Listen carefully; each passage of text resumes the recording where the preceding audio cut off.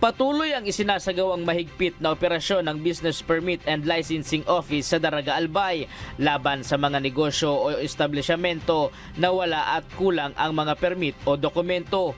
Umabot na sa 23 negosyo na mula sa market site ng mga barangay ng Tagas, Kimantong, Banyag, San Roque, Maruroy at Binitayan ang pansamantalang ipinasara ng Daraga BPLO.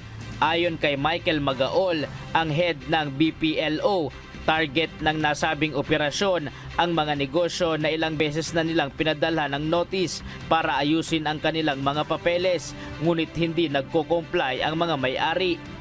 Layon aniya ng hakbang ng Business Permit and Licensing Office na maipaalala sa lahat ng mga negosyante sa Daraga na lumalabag sa Municipal Ordinance No. 10-2021 na hindi ito tolerate ng nasabing departamento. Dagdag pa ng pamunuan ng Daraga Local Government Unit, magpapatuloy ang mahigpit na pagpapatupad nito sa mga susunod na araw. Inaasahan naman nila na madaragdagan pa ang mga naipapasarang negosyo sa bayan, kaya naman hinihikayat ng BPLO ang mga negosyante na sikasuhin na at lakarin ang mga kinakailangang dokumento upang hindi maantala ang kanilang paghahanap buhay.